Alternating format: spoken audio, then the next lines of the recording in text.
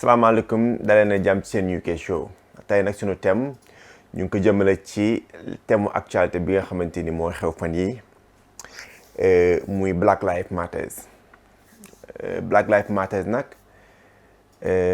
dañ koy wax parce que li nga xamante ni moom noo ñu gis ci télé bi mu dal George Floyd ci America moom moo tax révolte bu mag am comme ni ngeen ko xamee xëy na man damay ñaanal yàlla George ak képp koo xamante ne nii nit ku ñuul nga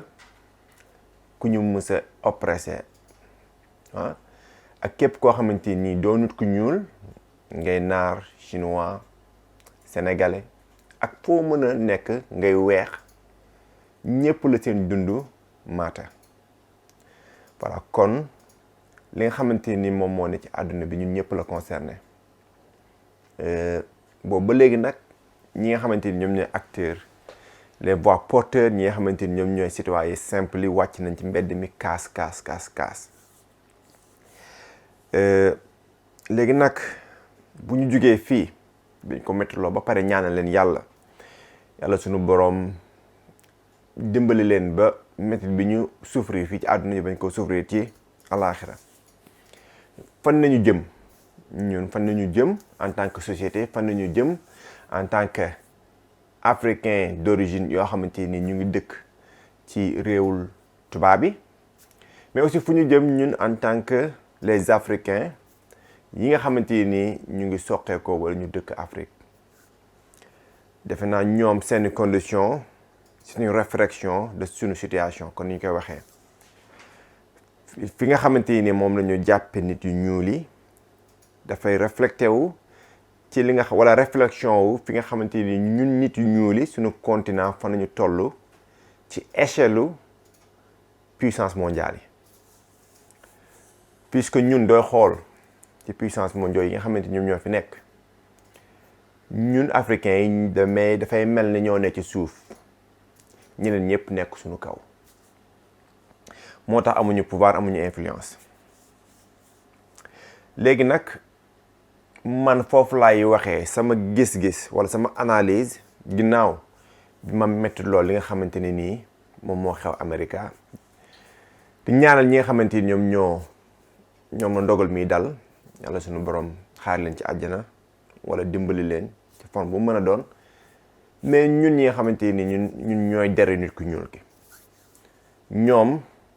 tey jii nii xëy na ñoom dañuy xool seen cosaan ci ñun nañ koy xoolee te duñ ko xoolee nag dafay mel ni duñu mën a am benn vision boo xamante ni nii wala boog du bari nga mën a am référence boo xamante ni da nga ci mën a glorifier mën cee yëg sa bopp fonkaat sa bopp kon problème bi dafay doon ñaar ñoom dëkk bi ñu nekk ci boppam war nañ fa am taxawaay boo xamante ni nii waa dëkk bi danañ am respect bi nga xamante ni ñoom moom nañu yàlloo mais aussi ñoom seen cosaan ñun ñi nga xamante ni ñooy africain d'origine yi nga xam ñoo dëkk Africa suñu melokaan aussi daf leen di dooleel wala mu ñàkk leen a dooleel léegi nag ñun lan moo ci suñu ay responsabilité en tant que continent africain parce que man li ma jàpp sama analyse mooy tey jii nii du ñu xoolee à l'échelle mondiale ñun Africa ñun ñooy George Floyd doo ko noonu méngale yeneen puissance mondiale yépp ñoo ngi jël seen tànk teg ko ci suñu nekk mënuñoo nooyi loolu lu jar a bàyyi xel la ñun ñooy George Floyd duñ ko doon méngale ci nit par rapport ak continent parce que ñun suñu continent leer na ñëpp ni on est exploité par l'Occident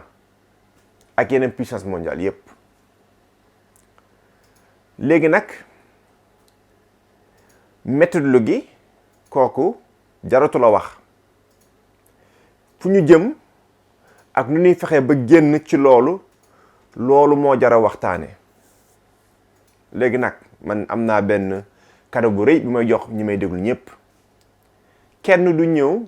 sauver ñu ci conditions yi ñu nekk ba génn ñu ci kenn du ñu sauver amoo benn puissance mondiale bu ñëw sauver ñu, amul xaalis bu ñu mën a jox ci aide ba mun ñoo sauver. ñun rek ñoo mën a jël nangul suñu bopp li nga xamante ni mooy suñu yàlluwaay. C'est très important. Léegi nag il y a des difficultés pratiques parce que on est indépendant ci tur kese, mais on n'est pas indépendant ci domaine yépp, domaine psychologique, domaine financier. Léegi nag doo xoolee li tax ba ñun africains yi que fu mu mën a doon amuñu benn traitement bi ñi nga xamante ni moom la ñuy traité ñeneen xeet yi, plus précisément xeetu tubaab bi, lenn kese la. Économiquement on est faible te doo waxee économique wax pouvoir, doo waxee pouvoir wax influence. On n'est pas influent. Léegi nag activisme wax changer loi yi yooyu yëpp baax na, mais bala nga koo mën a changer il faut nga am influent. Bala nga koo mën a influent fa nga nekk dans des positions de pouvoir. Bala nga nekk dans des positions de pouvoir il faut que yow économiquement tu es un peu indépendant, nga yor sa contrôle sa économie ni muy doxee. C'est ça solution bi, c'est très simple. ñun instant bii nii dañ ñoo jàpp foo xamante ni nii pour que ñun suñu dirigeants yi mën a am indépendance, freedom wax lu ñu bëgg, doxal lu ñu bëgg, c'est difficile parce que dañoo nekk ci diggante boo xamante ni nii doo ñëwee au pouvoir soxla nga ay fonds yoo xamante ni moo tax nga bëgg a doxal sa programme. li nga digge yépp pour nga mën koo réaliser faaw nga am xaalis boo xamante ni day ñëw. léegi doo ne faaleetuma tubaab bi. léegi xaalis boobu noonu waroon régler problème yi dëkk bi commencé naqari, nit ñi jug coow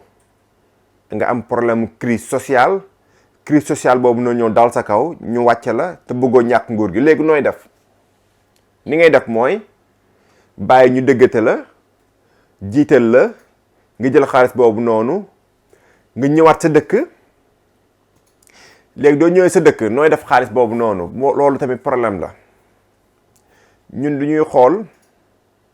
xaalis bi nga xamante ni moom la ñuy jox ci ay financement ak aide mooy milliards yi nga xamante ni politiciens ñu ngi ci tëdd di ci jënd ay terrain, di ci topp ay kër, di ci takk ay jabar, jël seen mbokk yi teg leen ci position yoo xamante ni dañu mën a def ay deal pour ñoom ñu mën a am ay biens yoo xamante ni ñu ngi ko am ci kaw askan wi. Politiciens yi majeure partie bi doo leen xoolee avant ñuy dugg pouvoir il n'avait pas beaucoup d'argent. balaa ñoo yàgg ci pouvoir bi am ay milliards. fan la milliards yooyu jógee? milliards yooyu noonu fan moo ko taxoon a jóg? tu comprends? léegi ñun nag tout le temps dañu naan gouvernement bi la d'accord gouvernement bi la, mais lan mooy gouvernement? Gouvernement bi c'est une réflexion de notre population ndax ñi ko nekk di ko diriger ñooñu ñoon jugee ci suñu askan ñu dooleel leen ba ñu nekk position yi ñu nekk wëlbatiku di ñu def loo xamante ni mu ngi ñuy métti te mënuñu ci dara. Donc le gouvernement ni muy doxee c'est une réflexion de notre réalité dans notre société loolu moom mooy dëgg bi. doo commencer def analyse bi da ngay xam ni pour résoudre le problème tu dois résoudre ces problèmes-là dans la société. te doonee dans la société mooy mbedd mi, mooy koñ bi, mooy biir kër gi, mooy diggante entre parents ak doom, mag ak ndaw. L'éducation gëm-gëm ak direction de la vie foo jëm ak say doom. ndax ku nekk da nga am sa responsabilité ci biir société bi. léegi nag ñun suñu responsabilité moom nañu bàyyi en tant que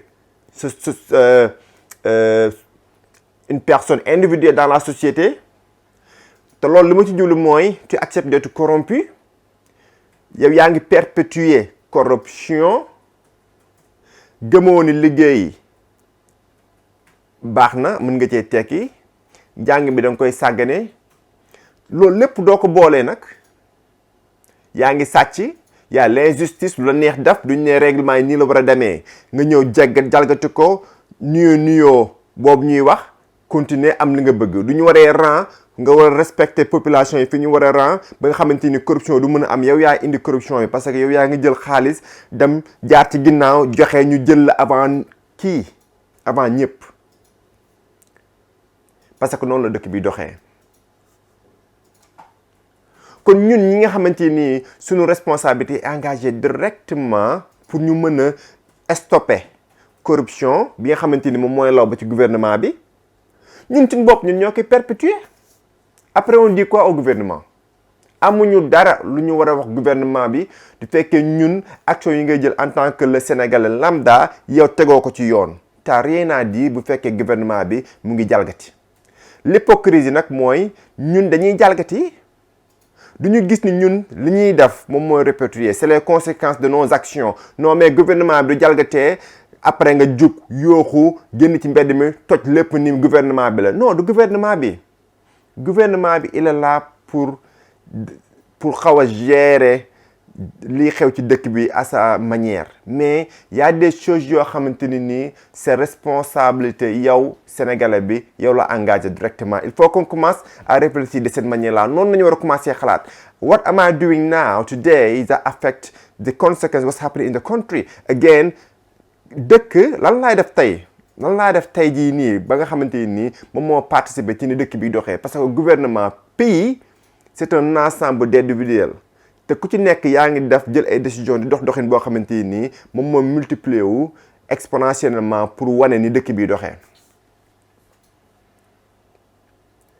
toutes ces opportunités là yi ñuy xaar ci gouvernement bi moom nekkul ni moom moo ñëw créer toutes ces opportunités là. Non, dafa war a soutenir les initiatives des individuels et des businesses et des entrepreneurs loolu moom mooy li nga xamante ni moom mooy réalité gouvernement mën na ñëw système yi génn yenn opportunités yi mais dimension individuelle bi nga xamante ni moom moo war a am ci ñun pour que ñu jug commencer jéem a def dara jéem a suivre benn projet jéem a entrepreneur jéem a jël suñu benn liggéey xool nu ñu koy improver balaa feeg 5 ans nga gën a am qualité loolu amul benn gouvernement bi ñëw di la ko jox. C'est comme si ñun dañuy xaar ñu ñëw tegal ñu lépp sur la plate doo xoolee nag Occident yi ni ñuy doxee seen système and seen mindset ni ñuy doxee c'est différent ak ñun ni nga xamante ni moom la ñuy doxee et que c'est ça notre problème mu mindset la ni ñuy gisee àdduna bi man bokk loolu mooy sama gëm-gëm li may wax nag ça m'engage que moi gis naa lekk Sénégal gis naa ne bitim réew jàng naa ci li ñuy sénégalais di doxee jàng naa ci li ma gis bitim réew loo xamante nekkoon ne télévision yi ñoo ma ko wan dama ko dund dama ko gis dama dégg ñu di ko wax mais suivre ñi nga xamante ni ñu ngi indi ay développement économique yi seen biir réew li ñuy wax ni ñuy doxee ak du ñu koy jëfantee ma di ko liggéey di ko gis chaque jour kon nekku ne damay tâtonner wala damay wax lu ma neex c'est une réalité que j'ai vécu donc sama vision la sama gëm-gëm la moo tax ma di ko partager mën na nag bañ a raisonner ak yow mën nga ko bañ a gëm mën nga ne waa ji dafa toog fee lu ko neex dee wax yomb na ci moom non ñun ni ñëpp dañoo am benn degré de responsabilité ci li nga xamante ni mooy xew Sénégal loolu moom mooy réflexionné wu ci suñu ay gouvernement loolu moom mooy wane déterminer naka la ñu àdduna bi di gisee ak naka la ñu àdduna bi di respecter naka nañuy doxalante ak ñun doo jëlee président nga am yaa l'influence extérieure et l'influence intérieure léegi yow président bi moom du waree balancer ñaar yooyu noonu yaa l'Occident l'influence extérieure ñoom seen intérêt moo tax ñu ñëw ci dëkk bi amul kenn koo xamante ni benn dëkk buy ñëw di impliqué wu ci dëkk jàmbur te amoo fa intérêt dañu waxante dëgg du ñu ay gone on est jeune mais aussi on est éveillé dans ce qui se passe dans le monde dëkk boo gis mu ñëw di infiltrer wu ci beneen dëkk dafa am intérêt du fekkee da nga am intérêt nag ki nga xamante ni moo yor sa intérêt mooy nekk position boo xamante ni moom il va négocier léegi nag du fekkee loxoom dëgërut yow li nga indi mën nga ko gën a mën a influencer kooku mooy dominer tout le temps pour que sa loxo dëgër nag il faut nga am une force boo xamante ni moom mooy opposé wu scientifiquement doo amee force bu jëm nii da nga am beneen force bu ko war a mën a opposé pour mu am balance soit benn bi pousse moroom mi ñun nag nii lay def rek ñoom ñoo ñuy pousse kon qu'est-ce que cela veut dire dans notre société ñun dañoo war a doon contrebalance bi nga xamante ni politiquement gouvernement bi président bi bala ñu jël benn décision danañ xam ne décision bii nii du ma ko jëlee ça va tipper la balance sama ay population danañu jóg révolté wu te bu boobaa ce sera ma responsabilité. mën nga ni yow Occident li nga bëgg ma def nii du ma ko defee dëkk bi day tàng te boobaa day am problème je peux pas faire cela il faut nga jox ma benn proposition buy tane. léegi nag li xaw mooy ñoom dañ naan la xaalis ngi nii demal nga corrompre nit ñi vote bu jotee demal nga jël xaalis bi pasaree ko jëlal nit ñi jox leen ay jëndalal corrompre politicien bii nii jox ko ay milliards mu noppi kii doo ko bàyyi li muy wax arrangé wu la. comme dañuy gis ni contrebalance politiquement bi nga xamante ni moom moo war a am ci dëkk bi pour suñu président yi mën a am doole boo xamante ni ñoom duñ taxawee di négocier dañ non lii ñeme ma ko def parce que du ma ko defee dëkk bi day tàkk te du tàkkee dara du baax. parce que yow say ay besoin pour mu mën a nekk il faut dëkk bi am jàmm pour que économie bi di dox pour que ñun ñëpp mën cee gis sa bopp mais xam naa du ma ko defee y'a l'opposition dinañ créer la jeunes yi ñu ngi fi mag ñi ñëpp ngi fi dinañ ma indil problème de telle sorte que ni non il faut nga jëm proposition boo xamante ni moo gën a baax ñun ñoo war a dooleel le gouvernement pour gouvernement bi mën a am doole bu dëgër pour mën a négocier avec l'Occident. Mais du moment qu'on accepte du moment que ñu accepté ñu ñuy corrompre cela veut dire que ni suñu président moom mu ngi jouer jeu bi nga xamante ni moom lañ ko sant mu def mooy demal nga corrompre nit ñi jox leen ay xaalis ñu noppi bu élection jotee jëlal nit ñi góor ñi jigéen ñi nga xamante ni amuñu dépense nga jox leen ay 10 000 francs ni leen doo duggee indi ma yeneen carte yi ma jox la 10 000 francs yow nga dugg sama carte pour wane ni effectivement votal nga ma yooyu nit ñuy daaf xaalis boobu yëpp di tuuru ci biir économie bi ci biir Sénégal élection di jotee nga yàq fu muy jógee jógewul ci poosu président bi de y a les bailleurs de fonds qui sont là ak seeni intérêt taxaw pour dooleel politiciens yi pour politiciens yi mën a calmer population bi corrompre leen ñu toog kon li may wax encore une fois ku ci nekk ci ñun sa responsabilité la action yi ngay def right now action yi ngay jël right now moom mooy répercuté wu conséquences yi moom mooy tax ñun ñu ñuy tout le temps nekk ci suuf nañ ko waxante moom mooy dëgg ñun ñoo George Floyd àdduna bi ñun les pays africains bokk mooy sama gëm-gëm kon fan lañuy commencer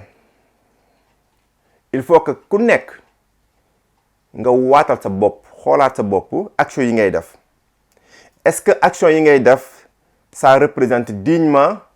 ta personne ça représente dignement sa askan ça représente dignement sa dëkk kon nag maa ngi xam naa yamale vidéo bi li ma ci bëgg wax yëpp xajut fii mais parfois aussi da ngay jàngat ci àdduna bi rek xool fi ñu toll ak fi ñu war a mën a tollal suñu bopp nga dégg ñu ne Afrique c'est le grenier moom mooy grenier àdduna bi ressources yëpp fa lañ nekk ba tey mënuñoo développer. xam naa wax bii moom waxu maanaam génn li ne sama xol la voilà maa ngi jéggalu du fekkee am na kenn ku ma ci avancé du woon sama yéene ma bëgg rek ñun ñëpp commencé di wax ci débat yi nga xamante ni moo ñu jëmale kanam waxante dëgg bi nga xamante ni moom mën a ci àdduna bi pour ñu mën a yeewu mën a doole suñu dëkk yi ba jëm ci kanam seen UK Show jërë ngeen jëf.